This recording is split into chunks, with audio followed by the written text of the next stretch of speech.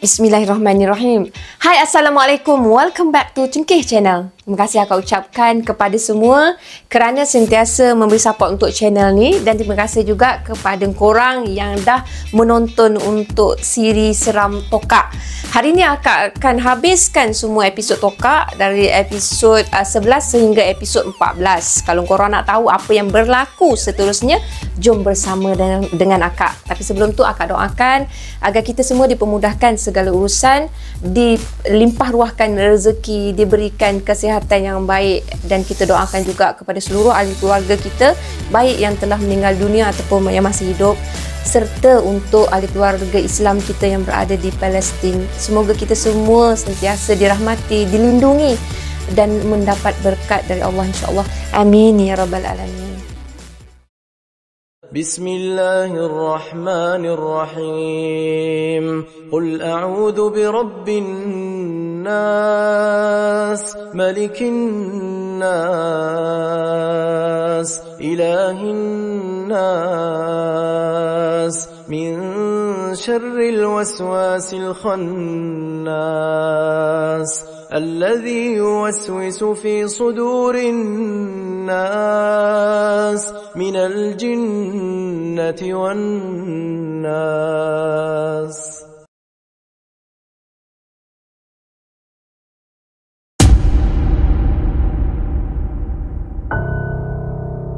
Sesudah selesai solat Isyak, Imam Saleh menunggang motosikal hebatnya tu ke rumah Sidang Man. Sekumpulan orang kampung termasuklah Wak Sukar turut sama menuju ke sana. Sesampainya mereka, Sidang Man, Sidang Kasim, Buntal dan dua orang yang tak dikenali sedang duduk di serambi. Orang yang tak dikenali tu lengkap berjubah dan berserban. Di tangan mereka terpegang kemas tali tasbih. Assalamualaikum. Imam Saleh turun dari basikal, lalu dia naik ke rumah Sidang Man. Waalaikumsalam. Meh duduk Saleh. Wak naik sekali. Yang lain boleh tunggu dekat bawah ya. Arah Sidang Man. Ini aku perkenalkan Ustaz Hanafi dari Kedah, dan ini Ustaz Iqbal, pembantu Ustaz Hanafi. Mereka inilah yang aku maksudkan yang akan membantu kita berkenaan masalah yang kita sedang hadapi. Sidang Man dia memperkenalkan tetamu dia yang berdua tu. Mereka bersalaman. Saya sebagai wakil pihak masjid mengalu-alukan kedatangan ustaz berdua. Man, kau dah ceritakan ke semua pada ustaz ni? Dah. Dia pun dah terangkan, tapi dia akan terangkan balik pada yang baru tiba. Imam Saleh dia mengangguk, lalu Ustaz Hanafi memulakan bicara. Jika mengikut apa yang dia ceritakan oleh Pak Man, lembaga yang dimaksudkan tu adalah Jembalan Tanah. Kenapa Jembalan Tanah tu menuntut ulat tokak sebagai makanannya? Ini adalah perjanjian di antara orang yang membela mereka, sebab ada juga yang berjanji untuk memberi makan darah dari ibu jari kaki. Ada juga yang berjanji untuk beri makan dari darah anak ni sendiri. Imam Saleh tercengang. Darah anak sendiri? Kata dia dalam hati. Jangan disalahartikan beri makan darah anak sendiri tu. Ia bukan bermaksud anaknya akan dibunuh. Ia akan berlaku semasa isteri pada pembela ni mengandung, dan kandungannya tu akan sentiasa keguguran. Itulah kita dengarkan bila berlaku keguguran yang berkaitan macam tu. Senang kata, anaknya tu tak akan pernah lekat selagi makhluk tu ada berdamping bersama dengan si pembela. Jelas Ustaz Hanafi. Lega hati Imam Saleh. Ustaz ni macam tahu-tahu pula apa yang bermain di fikiran dia. Tak usahlah risau, saya tak pandai membaca fikiran orang. Cuma saya mempunyai tahap firasat yang tinggi. Ustaz Hanafi dia tersenyum memandang Imam Saleh. Imam Saleh terkedu. Lagi banyak dia berfikir, lagi banyak pula Ustaz ni tahu. Dan jika menurut apa yang Sidang Kasim ceritakan tadi, menerusi renungan mata hati dia, lembaga tu dah makan tuan. Saya mengesyaki tuannya mati disebabkan luka tokak yang parah, lalu mengakibatkan jangkitan kuman yang kronik pada tuannya tu. Wak Sukar pula menjadi pelik. Dah macam gaya betul pula ustaz ni. Getus hati Wak Sukar lah. Ilmu sains perubatan dan ilmu perubatan secara batin tak perlu dipisahkan. Ada sesuatu yang mungkin disebabkan penjelasan yang mengikut logik sains dan ada yang tidak langsung mengikut logik akal. Jika digabungkan kedua-duanya, kita adalah makhluk yang bertuah kerana memiliki ilmu melangkaui alam. Dalam hal ulat tokak, kudis yang akan mencapai tahap berulat tu, tokak tu mempunyai kuman yang boleh mengakibatkan kematian. Jika dibawa ke hospital, anggota tubuhnya yang akan dijangkiti akan dipotong. Anggota tubuh yang dah dijangkiti lah akan dipotong atau dibuang secara pembedahan. Wak Sukar dia menganggukkan kepala dia. Gitu ya, gitu. Saya minta maaf jika ada yang tak merasa selesa. Jika ada sebarang pertanyaan, boleh kemukakan sebelum kita pergi menjejak jembalang-jembalang tu. Saya nak tanya ni, cikgu. Ustaz, buntal dia angkatkan tangan dia tinggi-tinggi. Ketiak dia mengeluarkan aroma yang serupa getah. Sekerap dia baunya tu. Dan yang malangnya, Sidang Kasim adalah orang yang paling hampir dengan buntal. Buntal ketiak tu kasih turun sikit. Boleh tak? Bau lori sampah. Tanya je lah, siap akad tangan segala bagai. Tak payahlah, turunkan. Terus si buntal tu dia turunkan tangan dia. Hawau punya Sidang Kasim, buat malu aku je, kata dia dalam hati, tak berani nak cakap depan-depan. Apa kegunaan membela jembalang tanah ni Ustaz? Bagus soalan tu. Biasanya jembalang ni dibela untuk menjaga harta, terutamanya sekali jaga bendang, jaga kebun. Sebab itulah mereka dipanggil jembalang tanah. Jadi kita ni dah boleh agak dah, pemiliknya tu pasti tuan punya tanah, kebun ataupun bendang. Tapi kenapa mereka tu merasuk orang? Tanya Sukiman dari bawah. Kerana tak cukup makan. Bila makhluk ni dah mula mengganggu orang, inilah bermaksud tuannya dah tak mampu beri makan secukupnya. Lalu tuannya menghantar ia untuk mencari makanan tambahan di luar. Sebab itulah jangan sesekali membuat perjanjian dengan syaitan. Nafsu mereka ni jauh melangkaui batas yang kita ada. Mereka semua mengangguk faham. Jika macam tu Ustaz, apa kata kita teruskan dengan apa yang kita rancang? Sidang Kasim dia memberi cadangan. Molek. Dengan kata Pak Kasim dengan Wak boleh mengubat orang. Apa kata malam ni bantu saya sekali?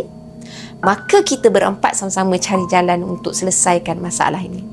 Sidang Kasim dengan Wak Sukar dia mengangguk. Tandanya dia setuju. Bertuah rasanya dapat bersama-sama membantu di samping seseorang yang alim, yang sangat hebat. Bal, ambilkan beg kelengkapan kita. Arah Ustaz Hanafi, lalu Ustaz Iqbal dia terus berlalu, dia masuk ke bilik tamu, dia ambil beg yang disuruh tu. Tak semena-mena angin kuat bertiup agak kencang. Ia berlaku hanya sepintas lalu je. Sejurus selepas tu bau wangi menusuk hidung ke semua mereka yang ada kat situ. Ustaz Hanafi dia menelengkan sedikit kepala dia. Dia seperti sedang mendengar sesuatu. Baiklah, terima kasih sahabat. Dia bersuara dengan muka yang serius. Sidang Kasim datang ke telinga Ustaz Hanafi. Dia ingin membisikkan sesuatu. Besar betul sahabat Ustaz. Pak Kasim boleh nampak ya? Ya, dia juga akan membantu kita malam ni. Jawab Ustaz Hanafi perlahan sambil dia tersenyum. Pak Kasim, apa benda yang Pak Kasim nampak? Buntal berbisik. Diamlah ketiak busuk. Dia ada kat belakang kau tu. Sidang Kasim memuncungkan mulut dia ke arah belakang buntal. Serta-merta lah muka buntal tu dibasahi dengan peluh. Pak Man, tolong tunjukkan kami di mana kawasan bendang berhampiran. Pinta Ustaz Hanafi. Sejurus Ustaz Iqbal kembali dengan satu beg kecil yang disuruh ambil. Mereka beramai-ramai berangkat diketuai oleh Sidang Man. Di tepi bendang Pak Malau. Di tepi bendang Pak Malau. Di sinilah bendang yang paling tepi sekali. Dan di sinilah mayat korban kedua dijumpai. Jelas didaman kepada Ustaz Hanafi. Ustaz Hanafi dia mengangguk, faham. Kemudian dia pergi berjalan menuju ke batas yang pertama sambil dia menghadap ke arah bendang. Ustaz Hanafi berdiri kat situ sambil mata dia terpejam. Ustaz Iqbal berada di sebelah Ustaz Hanafi. Ustaz Iqbal mengeluarkan dari beg sehelai selendang merah sebatang buluh bertemu ruas sepanjang sejengkal dan sebilah golok yang dipenuhi ayat Al-Quran, lalu dihulurkan kepada Ustaz Hanafi. Ustaz Hanafi dia melilit selendang merah di leher dia. Dia pegang buluh yang bertemu ruas tu di tangan kiri dia dan golok di tangan kanan dia. Mereka berdua mula membaca ayat-ayat Al-Quran. Mereka yang lain pula menunggu di belakang dengan penuh sabar. 5 minit lebih kurang lah, 5 minit kemudian Ustaz Iqbal dia melaungkan azan dan pada waktu itulah gangguan bermula. Di antara mereka berdua dan orang kampung yang lain terdapat satu tali air yang memisahkan kawasan bendang dan jalan. Sedang Ustaz Iqbal masih lagi melaungkan azan, dia yang berdiri membelakangi tali air itu tiba-tiba telah cuba ditarik kaki dia oleh sesuatu. Ustaz Hanafi yang sedar dengan kehadiran gangguan tersebut terus melompat, lalu dia ingin menetak tangan yang mengganggu Ustaz Iqbal. Tapi tangan tu hilang serta-merta. Dengan penuh ketenangan, Ustaz Iqbal masih meneruskan azan. Setelah selesai azan, angin bertiup dengan sangat kencang. Debu dari jalan tanah merah tu berterbangan ke semua mereka kecuali Ustaz Hanafi dan Ustaz Iqbal terpaksa melindungi mata mereka dengan tangan. Ustaz Hanafi dengan Ustaz Iqbal seperti tak terkesan dengan angin yang kuat tu. Mereka seperti dilindungi oleh sesuatu kerana pakaian mereka tu tak bergerak walaupun sedikit. Sedangkan mereka yang lain memang bergerak-gerak pakaian.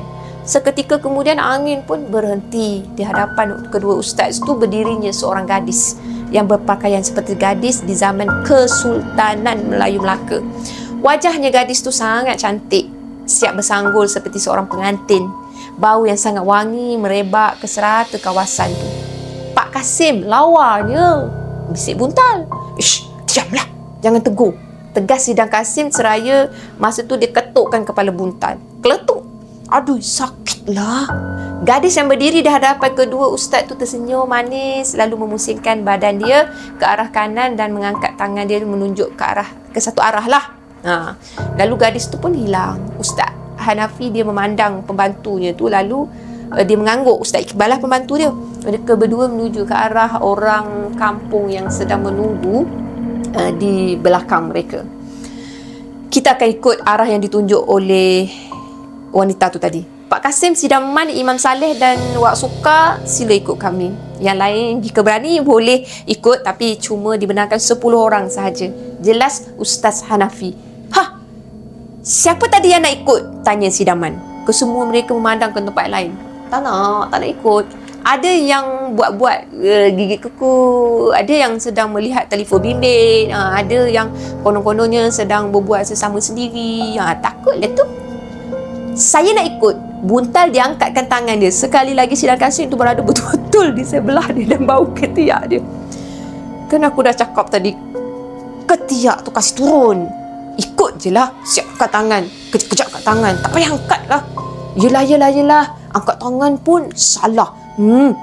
Okey, jadi kita bertujuh lah ya. Yang lain nak tunggu dekat sini ke? Tanya Ustaz Iqbal.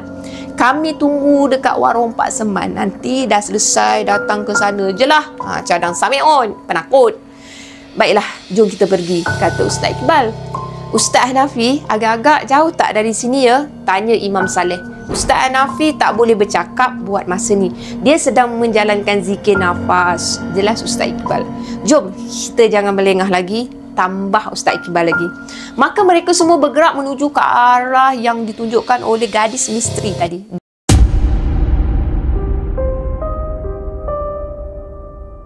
Mereka bertujuh menelusuri tebing dan batas sawah menuju ke arah yang ditunjukkan oleh gadis misteri tu. Sesekali kedengaran buntal ni menepuk-nepuk nyamuk yang banyak, berlega-lega mengganggu kelancaran perjalanan mereka.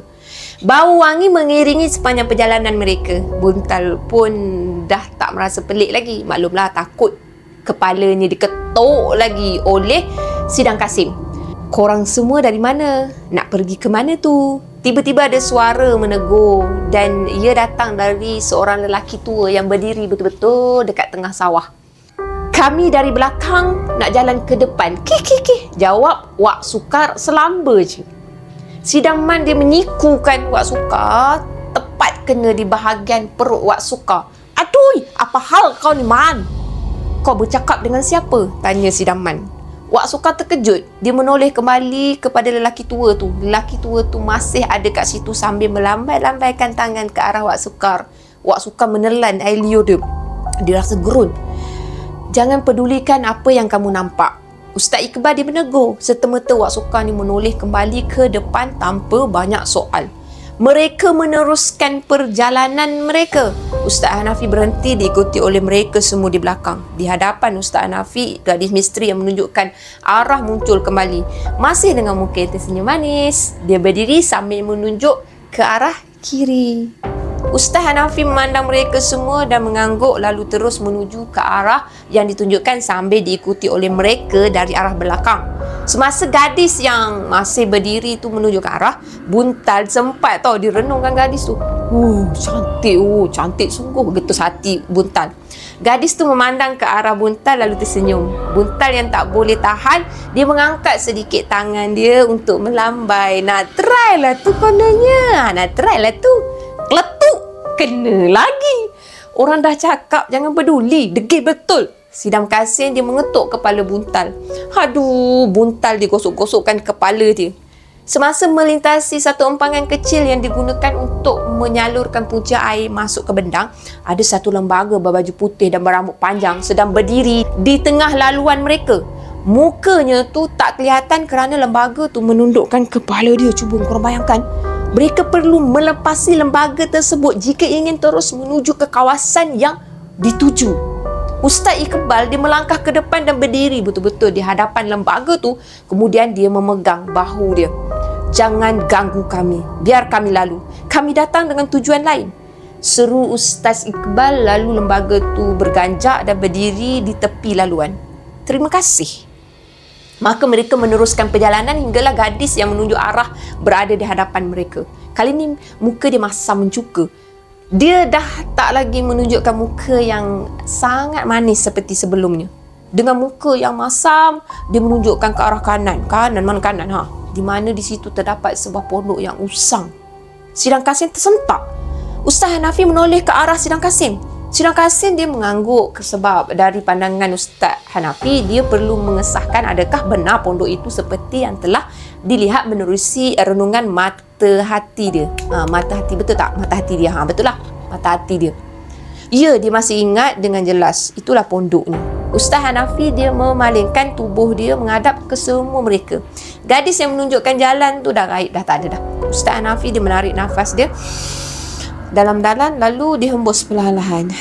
Kita dah sampai. Ustaz Hanafi berbicara menunjukkan tempoh zikir. Nafas dia dah tamat. "Pertama sekali saya akan buka hijab kamu semua sepenuhnya. Ada di antara kita yang hijabnya telah separuh terbuka. Apa yang antara kamu melihat di sepanjang kita berjalan tadi adalah saka-saka yang menjaga bendang seseorang. Kita takkan diganggu mereka kerana tujuan kita hari ini adalah untuk masalah lain. Kehadiran kami berdua sebenarnya dah merisaukan mereka, itu sahaja." Mereka semua mengangguk. Faham dah nak kata apa dia? Faham je lah. Mari kita semua berdiri secara dalam bulatan. Ustaz Iqbal akan berjaga semasa proses saya membuka hijab kamu semua. Mereka semua mengikut seperti yang diarahkan. Sila baca surah 4 Kul dan Ayatul Kursi. Selesai sahaja ikut saya baca potongan ayat Al-Quran ni. Ayat ni dari surah Al-Jin. Kesemua mereka membaca secara bersendirian. Setelah selesai, mereka mengikut apa yang dibacakan oleh Ustaz Hanafi. Letakkan ibu jari kanan ke atas lidah dan sapukan ia ke kening kiri. Letakkan ibu jari kiri ke atas lidah dan sapukan ia ke kening kanan. Mulakan dengan bismillah. Mereka akur menurut arahan. Setelah selesai melakukan arahan Ustaz Hanafi, Buntal terasa seperti mata dia berpinar. Dia memejamkan mata dia seketika dan dia gosokkan seolah-olah matanya tu dah dimasukkan oleh habuk. Akak rasa macam mata habuk. Apabila dibuka kembali mata dia, dia jadi terkejut, tergamam. Ada macam-macam lembaga yang ada di sekitar kawasan tu rupanya. Ada yang berdiri di tengah bendang, ada yang sedang bertenggek di atas pokok berhampiran, ada yang sedang berdiri diam je tanpa buat apa-apa. Buntal terus dia pelukkan bahu Sidang Kasim dari belakang. Ayo, ish, jangan takutlah Buntal. Mereka tak ganggu kita, kata Sidang Kasim. Tenang Buntal, kebanyakan mereka adalah saka dari belaan orang. Mereka cuma menjaga kawasan tuan mereka sahaja. Jelas Ustaz Iqbal. Maka Buntal pun kembali bertenang. Dia tak sangka rupanya masih ramai yang menyimpan benda-benda kurafat seperti itu walaupun di dunia dah tenggelam di dalam arus kemodenan. Ustaz Iqbal mengeluarkan 2 lampu suluh, kemudian satu darinya diserahkan kepada Ustaz Hanafi. Kami berdua akan naik ke pondok. Kamu semua tunggu dekat sini ya. Jangan terpisah dari kumpulan Pak Kasim dan Wak. Tolong pasangkan pendinding di keliling kamu semua ya. Kata Ustaz Hanafi, dan Sidang Kasim pun dia mengangguklah, dia faham, dia menerima arahan. Kedua ustaz tu pun bergerak menuju ke arah pondok. Wak, kau tahu kepasang pendinding? Tanya Sidang Kasim. Wak sukar menggelengkan kepala. Dia hanya tahu untuk memasang pendinding diri dia je. Diri orang lain dia tak tahu. Tak apa, aku buat. Sidang Kasim dia mengeluarkan segenggam beras yang memang sentiasa ada di dalam baju Melayu dia. Kemudian dia berjalan mengelilingi mereka yang sedang berdiri. Sambil dia berjalan tu, mulut dia terkumak kamik bacakan serapah, dan sambil tu jugalah dia menabur sedikit demi sedikit beras tu membentuk bulatan di keliling mereka. Sesudah selesai, Sidang Kasim pun terus duduk bersila di dalam bulatan beras tu, diikuti oleh mereka semua. Sama juga mereka duduk kat situ. Ustaz Hanafi dengan Ustaz Iqbal dia berdiri betul-betul di hadapan tangga pondok masa tu. Ustaz Hanafi dia bacakan doa pendinding sambil diaminkan oleh Ustaz Iqbal. Selesai berdoa, mereka semua melangkah naik. Berkeriuk bunyi papan dah usang kan. Bila mereka tu jejakkan kaki dekat papan tu, di tangan mereka tu terpegang kemas lampu suluh untuk menerangi haluan. Kriuk, pintu ditolak. Kriuk, macam tu. Serta-merta bau busuk seperti daging busuk tu menerjah masuk ke dalam hidung mereka. Mereka bau yang sangat memang busuk macam bangkai. Ustaz Iqbal dia terbatuk-batuk, dia menahan bau yang amat busuk tu. Dia terpaksa tutup hidung dia dengan sapu tangan yang dia memang sentiasa bawa ke mana-mana. Ustaz Iqbal ni memang orangnya jenis pembersih. Mereka menyuluh dari satu sudut ke satu sudut pondok. Tak ada apa pun kelihatan hinggalah tiba di satu sudut di mana terdapat tulang manusia terbaring tanpa kepala. Tulang tu masih diselaputi sedikit daging yang dimakan ulat, manakala di lantai di bawah tulang tu penuh dengan darah dan cecair daging yang telah kering. Seramnya. Innalillah. Mereka mengucap serentak, kita cari kepalanya, bisik Ustaz Hanafi. Mereka terus menyuluh ke lantai pondok. Tak ada kelihatan tengkorak apa pun kat situ. Ustaz, sini. Ustaz Hanafi memanggil pembantu dia tu, Ustaz Iqbal, sambil dia menyuluh ke arah dinding separas kepala mereka. Ada satu kepala yang tersangkut dekat dinding tu. Sifat muka dia masih lengkap dan jelas menunjukkan rupa mayat itu. Kepala tu masih lagi nampak seperti kepala manusia. Seolah-olah macam dah diawet. Tahu macam tu lah. Mata dia terbeliak, lidah dia terjelir panjang, dan di hujung lidah dia tu masih menitiskan darah. Boleh memberikan mimpi yang amat ngeri lah kalau dilihat oleh sesiapa pun kat situ. Ustaz Iqbal dikeluarkan telefon bimbit dia, kemudian dia mengambil gambar kepala dan tubuh yang tinggal rangka tu. Mereka terus turun dan pergi kepada mereka yang menunggu di bawah. Kemudian Ustaz Iqbal, Ustaz Hanafi menunjukkan gambar tu kepada mereka. Serta-merta mereka semua tu yang berdiri kat situ terkejut. Innalillah. Siapa ni? Tanya Wak Sukar. Dia yang baru setahun berpindah kat kampung tu, dia memang tak mengenali susuk wajah yang mengerikan tu. Buntal tak sanggup nak tengok gambar tu. Kemudian Buntal dia memalingkan muka dia ke arah lain. Ini Zubair. Dia ni duduk sendirian. Isteri dia tu dah lama dah meninggal dunia. Anak-anak dia pula tak tahulah tinggal kat mana. Jawab Sidang Man yang arif tentang kampung Pinang Sekoyan dia tu. Kenapa ramai yang tak perasan dia ni dah tak ada Tanya Sidang Kasim. Dia ni tak campur orang. Buat hal sendiri je. Yang aku pelik, bila masa pula lah dia ni ada bendang lah. Aku pelik ni. Ini kalau tak silap aku ni tanah arwah bitin ni. Pak Man tahu di mana rumah dia? Tanya Ustaz Hanafi. Tentulah tahu. Dia duduk di hujung kampung sana. Jauh dari rumah orang. Jauh sangat dari rumah orang lain semua. Okey, begini, saya nak minta Pak Man telefon polis. Kita kena beritahu mereka tentang penemuan mayat ni sekarang. Sidang Man dia angguk, lalu dia mencapai telefon dari poket dia. Lepas tu dia cuba menelefon, tapi tak ada bunyi yang dia dapat dengar. Pelik. Aku Aku baru je top up siang tadi, kata dia. Kasim pinjam telefon kau. Lalu Sidang Kasim dikeluarkanlah telefon Nokia 3310 yang lalu dia hulurkan kepada Sidang Man. Sidang pakai telefon baling anjing ke? Buntal dia mengejekkan Sidang Kasim. Dia menutup mulut dia, Buntal dia menutup mulut dia, tertawa menyindir sebab suasana masa tu kan seram, membuatkan dia tak beranilah nak gelak besar kan, kena lagi lupa orang ajar. Aku manalah reti pakai telefon canggih-canggih ni. Tak reti ke kedekut? Cakap dia lah kedekut.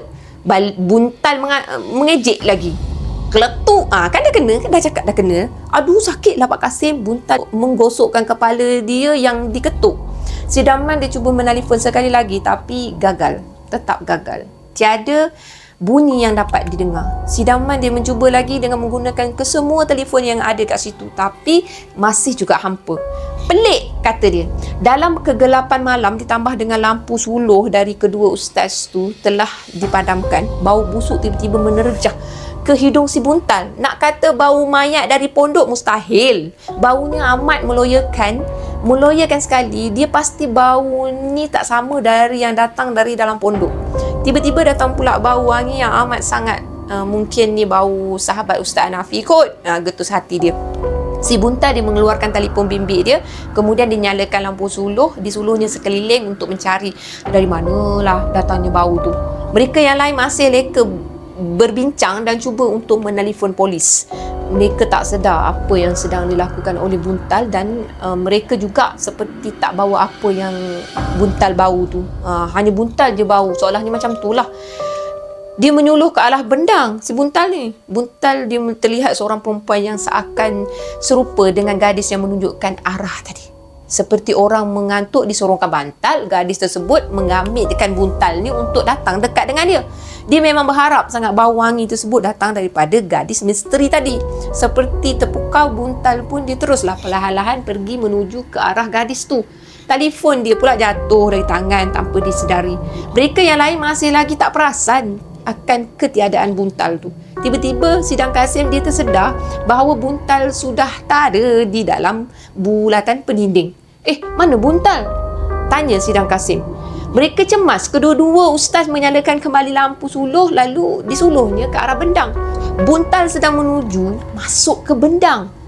"Hoi Buntal, kau nak pergi mana?" jerit Sidang Kasim. Tiba-tiba Buntal ni seperti tersedar dari tidur.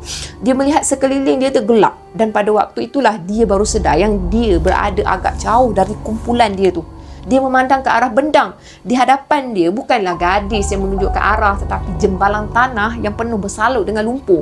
Jaraknya cuma 10 meter je di antara Buntal dengan jembalang tu. Serta-mertalah badan si Buntal tu menggigil. Lutut dia rasa sangat lemah. Tiba-tiba jembalang tu menerkam dan memeluk Buntal. Kemudian mereka tu jatuh ke dalam lumpur bendang.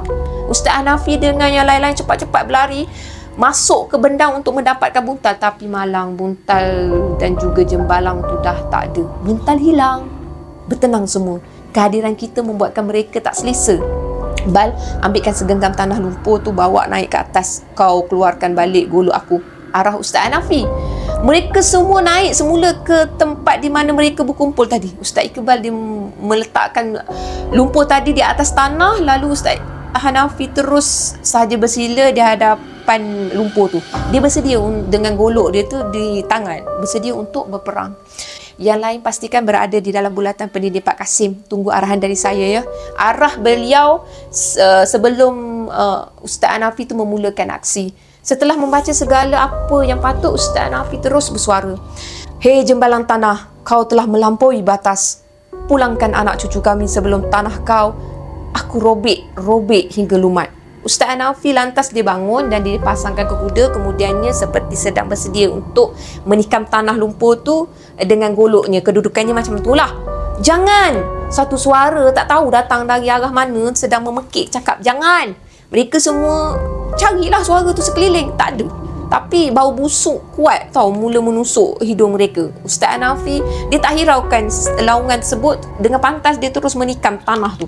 Dengan sekali sahaja tusukan, muncullah 3 jembalan tanah yang dipenuhi lumpur di hadapan Ustaz Hanafi.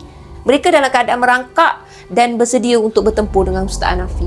Oh, kau bertiga nak lawan aku seorang je? Kau tu makhluk hina, pekik Ustaz Hanafi. Lalu Ustaz Hanafi tu dia membuat satu garisan separa bulatan di atas tanah di hadapan dia dengan menggunakan golok.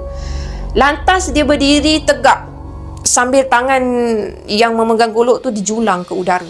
Salah satu dari jembalang tu menerkam Ustaz Hanafi tapi tercampak ke belakang kembali.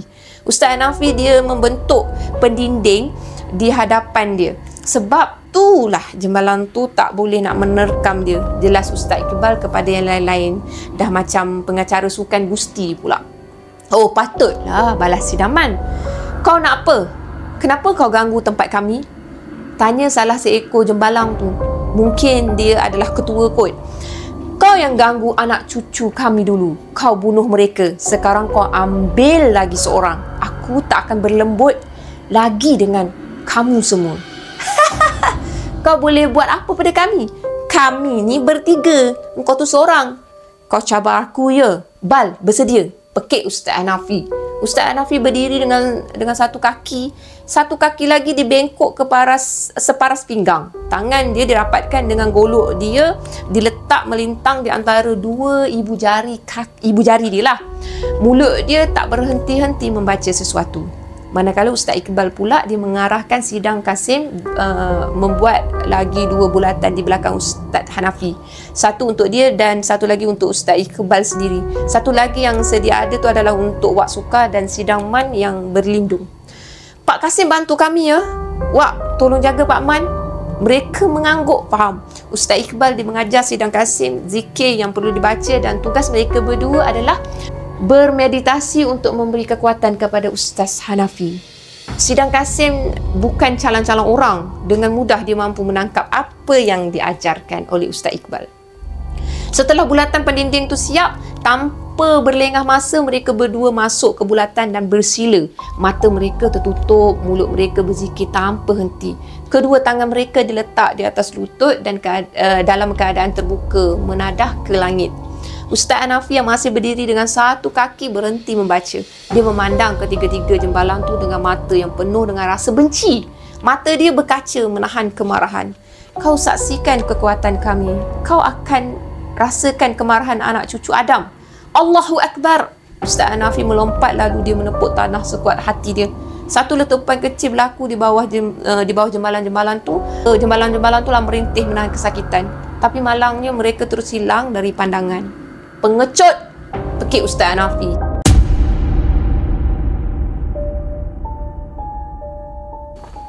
Ustaz Hanafi dia berpaling. Lepas tu dia terus duduk bersila di hadapan Ustaz Iqbal dan sidang Kasim.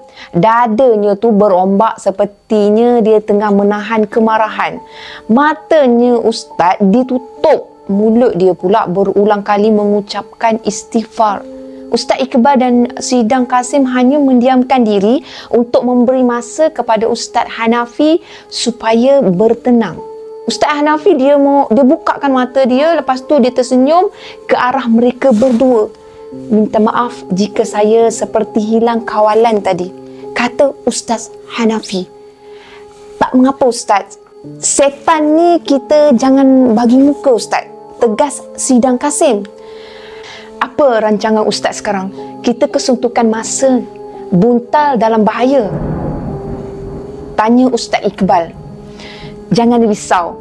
Jika dia tak ada dekat sini, makanya dia dah disorok di alam lain. Jembalang-jembalang tu hanya boleh mencederakan buntal jika dia berada di alam ni sahaja. Buat masa ni dia selamat. Cuma kita tak boleh berlengah. Kita kena tarik mereka masuk semula ke alam kita. Jelas Ustaz Hanafi.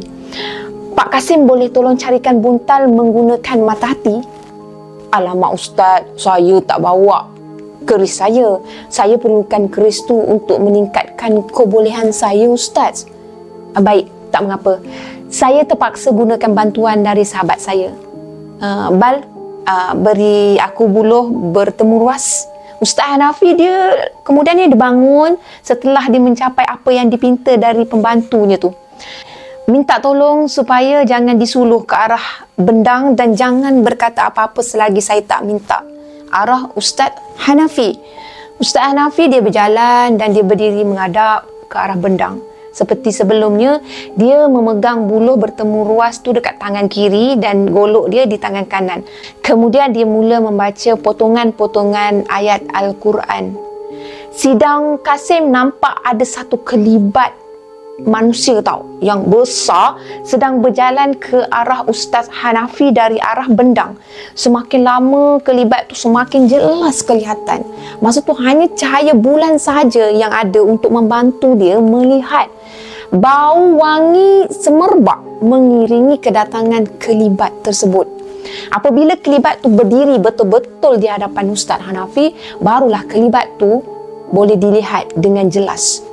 Ia adalah seorang lelaki yang agak besar, setinggi 8 kaki. Tubuhnya sangat sasa dan ia memakai pakaian seperti seorang hulu balang zaman dahulu. Ustaz Hanafi dia nampak sangat kecil bila berhadapan dengan kelibat lelaki tersebut. Bantu kawan kita, dia kena sorok jembalang. Kita nak selesaikan malam ni juga. Kelibat tu mengangguk, faham? Lepas tu dia hilang dari pandangan. Ustaz Hanafi dia terus berjalan ke arah mereka berdua. Dia menggamit sekali sidang Man dan Wak Suka supaya datanglah, dia panggil kan. Datang sekali join. Kita semua tunggu kejap. Sahabat saya bantu kita. Sementara tu pastikan kita duduk dalam kumpulan. Selang beberapa minit kemudian, angin kuat melanda. Kelibat lelaki yang bertubuh sasa tu muncul sekali lagi berhampiran dengan mereka. Ustaz Hanafi dia teruslah pergi menghampiri dengan kelibat tu dan dia berdiri sambil berhadapan dengan kelibat tu lah.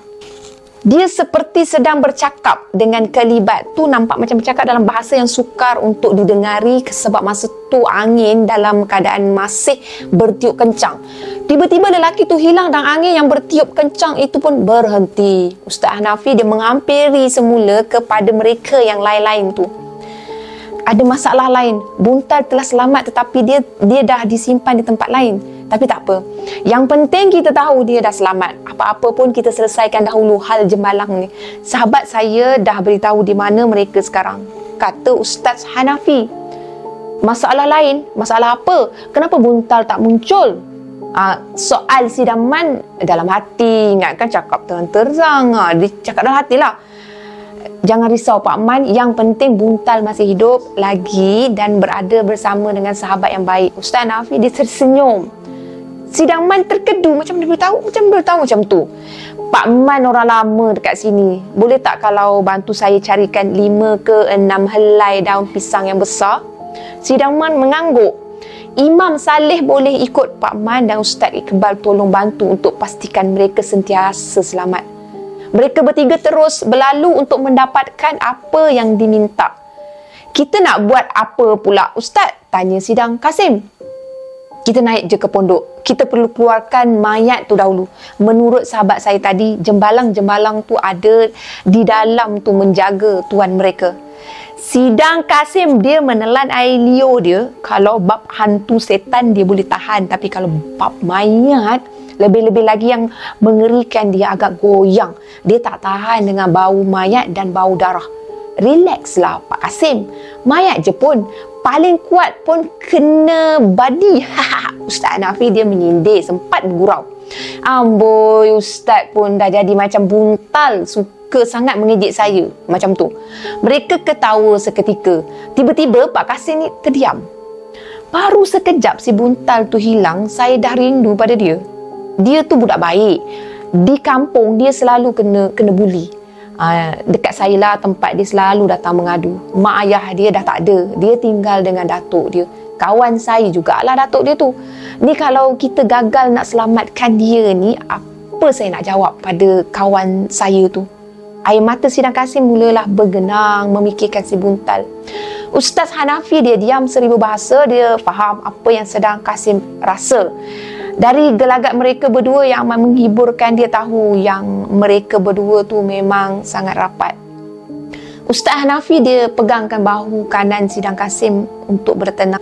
Sebab tu jangan mengalah sekarang. Kita selesaikan tugas kita dahulu. Lepas tu kita dapatkan buntal. Ustaz Hanafi dia membaca sepotong ayat Al-Quran. Kemudiannya dia tiupkan ke kiri, ke kanan telinga Sidang Kasim. Okey, saya dah tawarkan semangat Pak Kasim. Mayat dah tak boleh buat Pak Kasim gerun lagi. Sidang Kasim dia tersenyum dan dia merasakan ada satu semangat yang luar biasa menyelinap ke dalam tubuh dia. Sidang Man, Imam Saleh dan Ustaz Iqbal pun tiba dengan beberapa helai daun pisang nipah yang besar. Baguslah, korang dah sampai dahulu. Kami baru nak naik pondok. Daun ni kita nak guna untuk melapik mayat dan menutup mayat. Bentangkan 4 helai dekat sini. Selebihnya buat penutup mayat. Ustaz Hanafi dia menunjukkan tempat untuk meletakkan mayat. Alang-alang Ustaz Iqbal pun dah sampai. Bolehlah kita bertiga naik sekali ke pondok. Wak Sukar dan Sidang Man duduk diam dalam bulatan ya. Mereka berdua angguk faham memang tak nak ikut kan. Pak Kasim dia pegang satu lampu suluh, Ustaz Iqbal dia pegang satu. Bal, keluarkan garam, kata Ustaz Hanafi sambil dia meleraikan ikatan tali yang ada dekat hulu golok dia supaya ia boleh disangkutkan dekat bahu. Ustaz Iqbal dia keluarkan satu uncang, kemudian dia hulurkan uncang tu kepada Ustaz Hanafi. Lepas tu Ustaz Hanafi ambil, dia buka jerutan uncang tu dan dia simpan dalam poket dia. Mungkin untuk memudahkan dia, Ustaz Hanafi tu nak capai selepas tu. Mereka bertiga bergerak menuju ke tangga pondok berbekalkan sinaran lampu suluh je. Sebelum mereka nak naik ke pondok, Ustaz Hanafi dia terlebih dahulu dia selupkan sedikit garam lah, dia selup dalam poket dia. Dia genggam, lepas tu dia dekatkan kat mulut dia. Lepas tu dia tiup, dia baca dia tiup lah kan. Lantas lepas tu dia lemparkan garam tu ke arah pintu pondok. Masa tu terdengar suara seperti merintih. Ustaz Hanafi tetap kata jom naik. Tanpa menghiraukan rintihan tersebut, mereka terus je dengan apa yang ingin dilakukan. Mereka naik je. Bau busuk tu busuk yang amat sangat. Mereka terus berdiri dekat sebelah mayat yang tanpa kepala tu. Lepas tu Ustaz Hanafi dia menyeluk lagi garam. Macam biasa dia tiupkan, dia bacakan ayat-ayat yang bersesuaian. Lepas tu dia taburkan garam tu di sekeliling mayat tersebut. Sekali lagi terdengar bunyi rintihan seperti sedang menanggung kesakitan. Ustaz Hanafi dia bagi isyarat kepada mereka berdua untuk mengangkat mayat tu. Semasa mereka menunduk untuk mengangkat, sesuatu datang dari arah tepi Sidang Kasim. Lepas tu dia memekik. Sesuatu tu memekik dengan sangat kuat. Jangan sentuh! Macam tu. Kuat lagi. Jangan sentuh! Macam nak gugur jantung Sidang Kasim sebab jeritan tu betul-betul duduk kat sebelah dia orang. Biarkan, angkat terus arah Ustaz Hanafi. Mereka tu semua dia memapah dengan berhati-hatilah mayat tu. Bila mayat tu tiba dekat muka pintu pondok tu, salah seekor jembalang tu dah menunggu dah nak terkam dekat depan pintu. Letak balik, bentaknya jembalang tu. Mereka terhenti tau. Ustaz Hanafi dia melepaskan pautan dia. Dia mencapai golok dia tadi yang disangkut kat bahu. Lepas tu diselupkan segenggam garam. Kemudian dia pun bertempiklah macam tu. Jangan ganggu kami. Kau nak aku seksa mayat ni? Kau nak aku patahkan tulang mayat ni? Ustaz Hanafi mengajar je. Jangan! Tolong jangan, itu tuan kami. Jangan. Jembalang tu merintih merayu. Jangan diseksakan. Jangan dirosakkan pada tubuh tu. Kalau macam tu, kau berambus dari situ. Allahu Akbar. Lafaz Ustaz Hanafi sambil melemparkan garam ke arah jembalang yang menghalang laluan mereka, jalan mereka untuk mara ke depan. Jembalang tu hilang diikuti suara menahan kesakitan yang amat memilukan tau. Jalan terus, kata Ustaz. Mereka pun teruslah turun. Kemudian mereka letakkan mayat tu dekat atas daun pisang yang disediakan tadi. Bal, kau ada bawa tak kain putih? Ustaz Iqbal dikeluarkan sehelai kain putih dan dihulurkan kepada Ustaz Hanafi. Ustaz Hanafi dia terus naik bersendirian dekat pondok. Lepas tu sekejap lepas tu kan, dia turun dengan membawa kepala yang dah dibungkus di dalam kain putih. Kemudian diletakkan di samping mayat tersebut. Tutup mayat ni, arah Ustaz kepada mereka. Setelah ditutup, Ustaz Hanafi dia berjalan, dia mengelilingi mayat sambil dia taburkan garam di sekeliling mayat tu. Alhamdulillah, selesai satu masalah, kata Ustaz Hanafi. Sekarang tugas kita adalah menghapuskan 3 jembalang tu. Tambahnya Ustaz Hanafi lagi sambil dia memandang kepada mereka berlima. Bagaimana tu Ustaz? Macam mana nak diselesaikan tu? Tanya Imam Saleh. Kita gunakan alam semesta untuk membantu kita dengan izin Allah, insya-Allah. Oh, begitu. Jawab Wak Sukar. Walaupun sebenarnya kesemua mereka kecuali Ustaz Hanafi dan Ustaz Iqbal, semuanya sebenarnya tak faham satu apa pun yang disampaikan oleh Ustaz Hanafi. Hanya Ustaz Hanafi dan Ustaz Iqbal je yang faham. Tapi, oh begitu. Ustaz Hanafi, dia pegang golok dia. Lepas tu dia berdiri di hadapan pondok. Dia angkatkan golok dia sambil mulut dia tak henti-henti membaca sesuatu. Tiba-tiba Ustaz Hanafi memekik. Keluar! Kemudian dia hentak kaki kanan dia ke tanah. Muncul 3 jembalang. Satu di hadapan Ustaz, satu di atas bumbung dan satu lagi di muka pintu. Mereka seperti dalam ketakutan yang amat sangat. Tadi bukan main garang lagi kamu. Kenapa sekarang menikus? Kesemua lembaga tu merintih. Mereka mengeluarkan satu bunyi sayu macam tu. Kehadiran kamu semua menyusahkan umat manusia. Akan aku pasak kamu ke bumi hinggalah hari kiamat. Jangan, jangan, jangan. Mereka merayulah sangat. Tanpa menghiraukan rayuan mereka tu, Ustaz Hanafi dia terus memegang golok dengan menggunakan kedua tangan dia. Dirapatkan golok tu rapat dekat mulut dia. Lepas tu dia bacakan ayat-ayat Al-Quran. Ketiga-tiga lembaga tu berguling-guling menahan kesakitan. Yang dekat bumbung dan yang dekat pintu tu jatuh ke tanah. Ustaz Hanafi dia tetap tak menghiraukan mereka.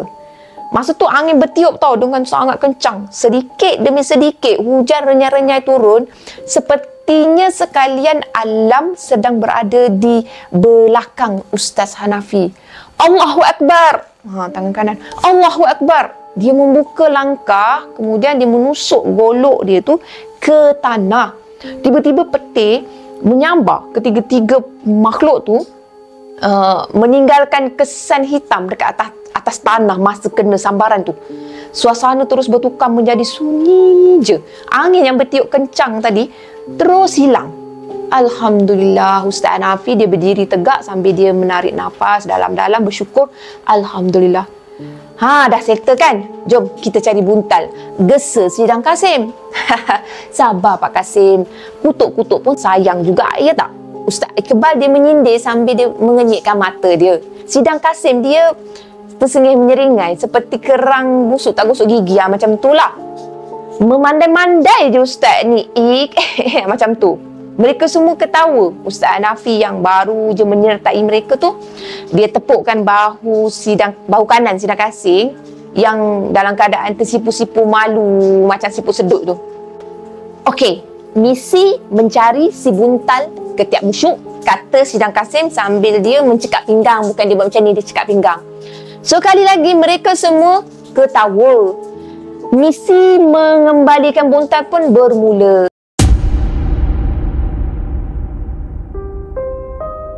Sebelum kita bergerak mendapatkan buntal, suka saya nak beri penerangan sikit tentang apa yang terjadi, kata Ustaz Hanafi. Mereka berlima memberi tumpuan kepada Ustaz Hanafi. Di kawasan ni terdapat satu perkampungan penduduk asal. Semasa kita nak masuk ke kawasan ni tadi, saya minta pertolongan penduduk asal ni untuk menunjukkan jalan. Mereka bukan sahabat saya, tetapi mereka membantu memudahkan perjalanan kita. Jadi perempuan tu bukan sahabat Ustaz lah ya? Tanya Imam Saleh. Hidup lagi kau? Apa hal kau diam je tadi? Sidang Man menyindir. Takut, jawab dia ringkas. Dah tahu takut, kenapa ikut? Sidang Man bertanya lagi. Siapa kata aku nak ikut? Dah nama aku kena sebut, aku ikutlah. Kau tak tahu, dah 5 kali aku rasa nak terkencing dalam seluar tau. Kau apa tahu? Mereka semua ketawa beramai-ramai. Tenang, tenang. Saya perlukan Imam Saleh mengikut kita sebagai wakil pihak masjid. Saksi seperti dia sangat penting untuk aktiviti yang melibatkan apa yang kita sedang lakukan hari ini. Kalau tak, ramai orang kampung yang takkan faham, terutamanya pihak berkuasa. Jelas Ustaz Hanafi. Kau dengar tu? Dengar tak? Aku penting tau. Kata Imam Saleh sambil hidung dia kembang sedikit. Baik, saya sambung balik semula. Ada sesuatu yang ada pada buntal yang membuatkan penduduk asal ni dah berkenan sangat dengan buntal ni. Dari awal lagi saya dah merasakan sesuatu pada si buntal ni. Jadi sekarang ni mereka nak simpan buntal dan menjadi sebahagian dari penduduk mereka. Penduduk asal ni siapa Ustaz? Tanya Sidang Kasim. Mereka adalah jin Islam. Orang Melayu kita panggil sebagai bunian. Disebabkan mereka ni jin Islam lah buatkan saya tak merasa risau sangat pada buntal. Cuma masalahnya bunian ni kalau dah minat dekat seseorang, mereka susah nak lepaskan. Harap-harap buntal masih belum masuk sepenuhnya ke alam mereka. Kalau dah, lagi leceh lah kerja kita nanti. Jadi apa yang patut kita buat? Tanya Sidam Kasing lagi. Kita kena berunding. Kita tak boleh berkeras. Mereka juga umat Muhammad sallallahu alaihi wasallam. Imam Saleh, boleh saya minta tolong? Imam Saleh dia menyeringai sambil dia mengangguk terpaksa, bukan angguk rela. Boleh tak saya dapatkan setan dan pisang? Tadi masa Imam Saleh cari daun pisang, ada tak nampak pisang yang masih dekat pokok ke? Muda pun tak apa, tak kisah. Boleh? Ada.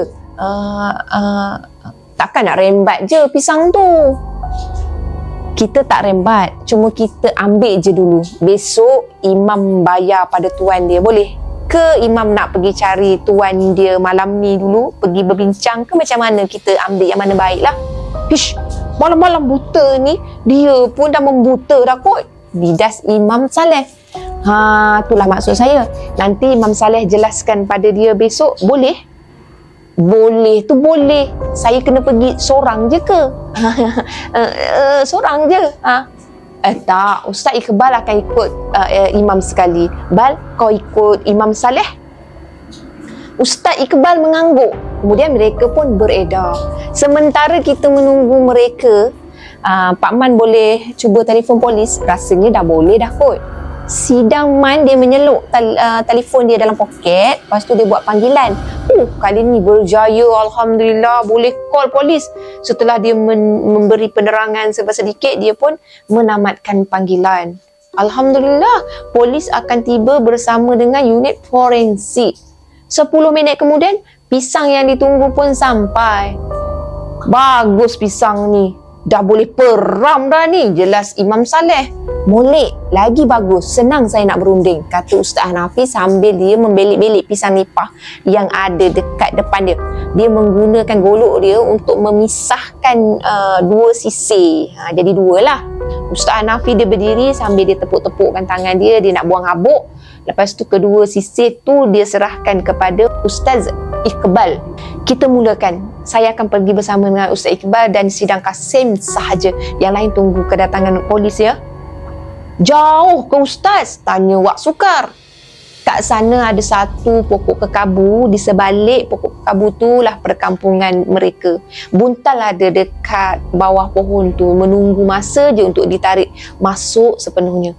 Jelas Ustaz Hanafi sambil jari dia menunjuk ke arah sebatang pokok yang berjarak 100 meter dari tempat mereka berada tu, pokok kekabu tu lah. Jom, kita dah boleh gerak ke sana sekarang, kata Ustaz Hanafi lagi. Masa mereka berjalan menuju ke pokok kekabu tu, apalah yang dia nak sangat dekat si buntal tu ya, dah lah tak handsome, bulat pula tu. Aku ni yang suci murni, mereka tak nak pula, kata Sidang Kasim. Mereka jin Islam Pak Kasim. Mereka tak pandang rupa, mereka pandang isi dalamannya. Setakat orang macam kita ni dia tak nak. Biarlah alim mana pun. Satu lagi, mereka adalah jin. Taraf mereka sebenarnya di bawah kita. Mereka memang nakkan keturunan manusia hidup bersama dengan mereka. Kita lebih mulia dari mereka. Jelas Ustaz Hanafi lagi. Pak Kasim kata si Buntal ni selalu dibuli kan?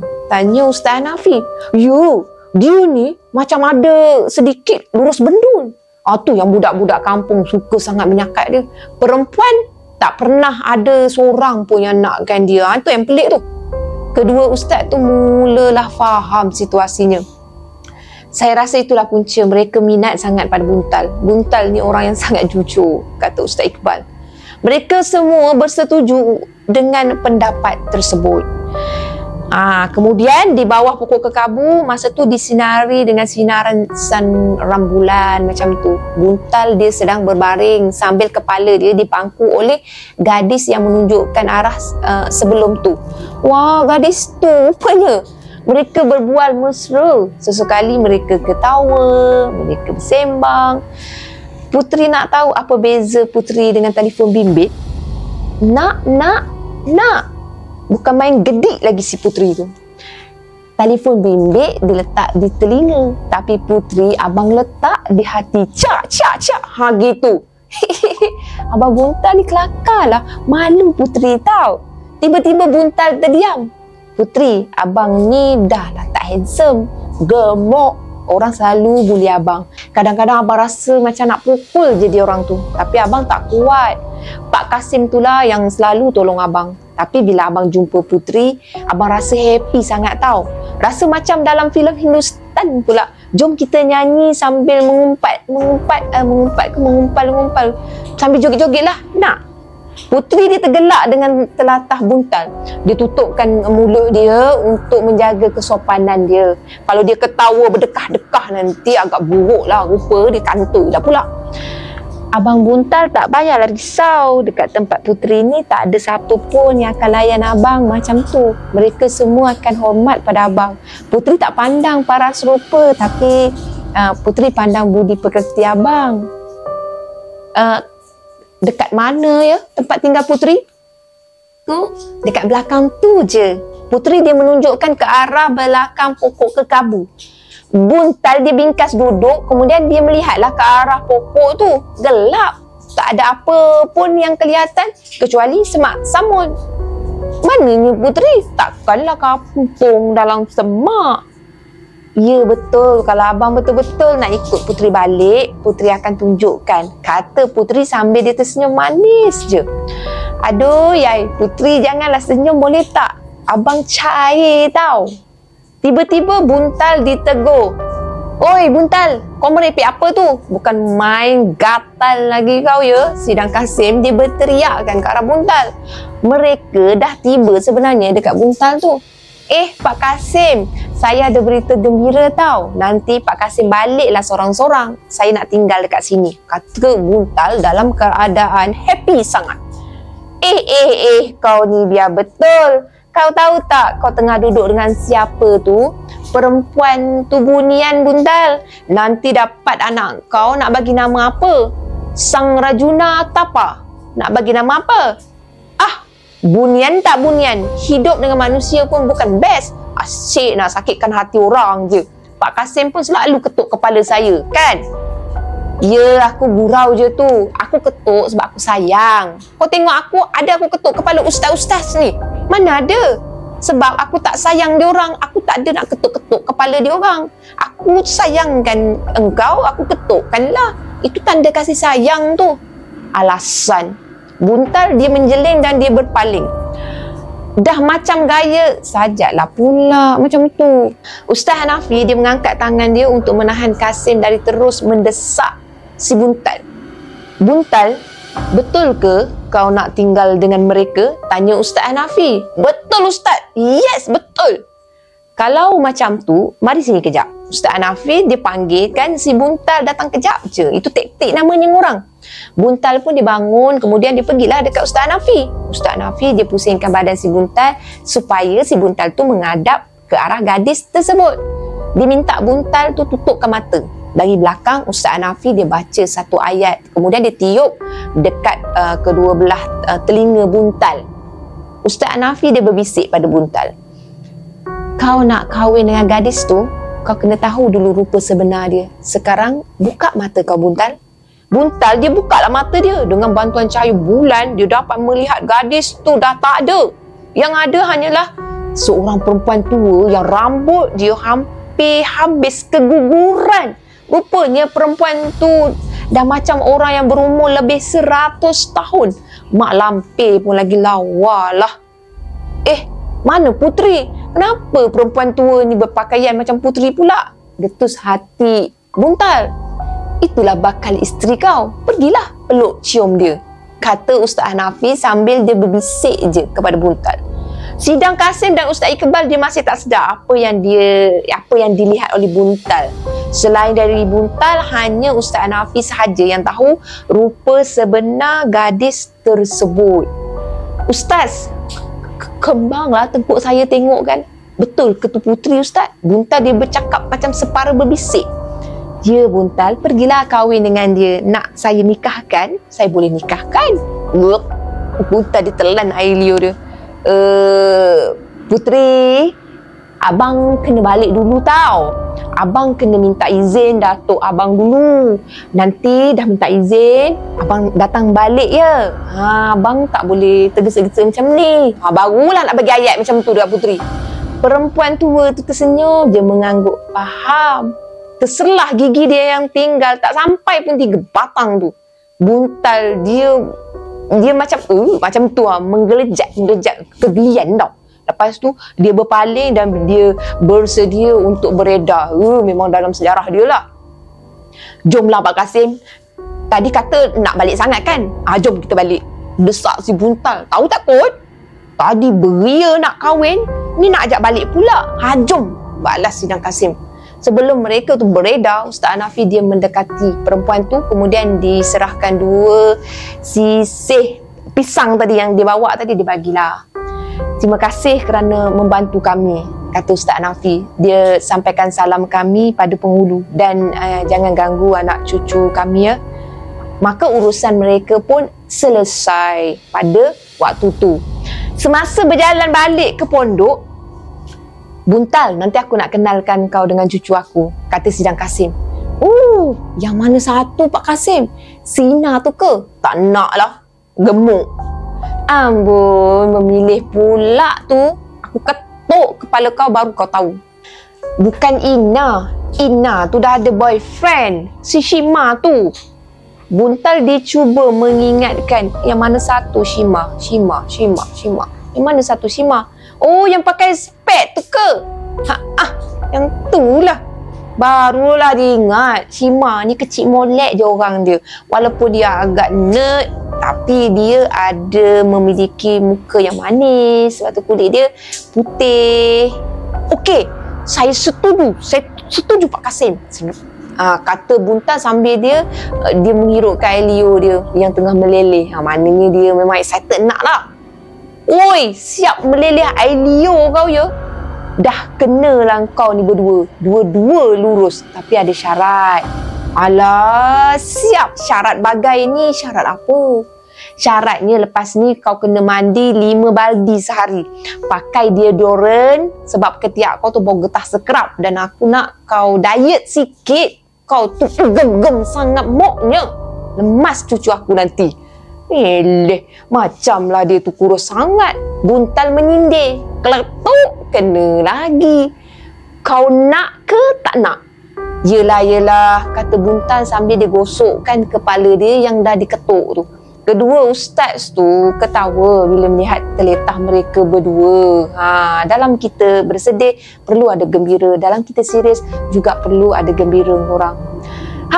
Polis dah sampai pun, kata Ustaz Iqbal. Mereka semua melihat polis telah memenuhi kawasan pondok.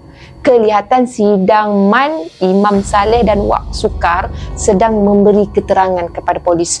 Bahagian forensik pula disibuk mengambil gambar dan mengumpul bukti-bukti yang berada di dalam pondok. Setelah segalanya selesai dan mayat telah dibawa menaiki truk polis, pegawai penyiasat dia datang, dia mendekati pada mereka bertujuh. Terima kasih semua kerana membantu menyelesaikan masalah ni, terutamanya sekali ustaz berdua. Berkenaan mayat arwah Zubir ni, nanti kami akan maklumkan kepada anak-anak dia. Nanti minta Imam Saleh dan sidang MAN datang ke balai polis untuk buat laporan. Mereka bersalaman dan kesemua polis tu pun beredar. Jom kita balik, kata Wak Sukar. Nanti dulu, orang kampung tengah tunggu kita dekat kedai Pak Seman. Kita ke sana dulu. Kita terangkan kepada mereka dan bagi tahu perkara ni dah selesai. Jelas sidang MAN. Mereka semua bersetuju. Keesokan harinya di hadapan rumah sidang MAN, Sidang Kasim dia dah bersedia untuk balik. Oleh kerana sidang MAN ni perlu pergi ke balai polis untuk buat laporan, dia panggilkanlah Grab untuk menghantar Sidang Kasim dan juga Buntal. Ustaz Hanafi dengan Ustaz Iqbal dah pun bertolak ke stesen bas. Mereka dihantar oleh Imam Saleh. Sebelum mereka tu berangkat, mereka telah bertukar-tukar nombor telefon jika ada sebarang pertolongan yang mereka perlukan di kemudian hari. Mana nak tahu kan? Man, nanti kirim salam semua ya, termasuk Wak Suka. Cakap dengan isteri kau, terima kasih atas semua layanan dia terhadap kami. Kau ni Kasim, patutnya aku yang berterima kasih kat kau. Kau yang bantu kami. Nanti kirim salam aku pada keluarga kau ya. Mereka pun bersalaman. Setelah sidang MAN dia bayarkan tambang, mereka pun berlalu pergi. Pak Kasim, jangan lupa tahu, kenalkan dengan si Shima tu. Tak sabar rasanya nak kahwin. Nyam-nyam nak kahwin. Mesti sedap kan, kata Buntal dalam kereta.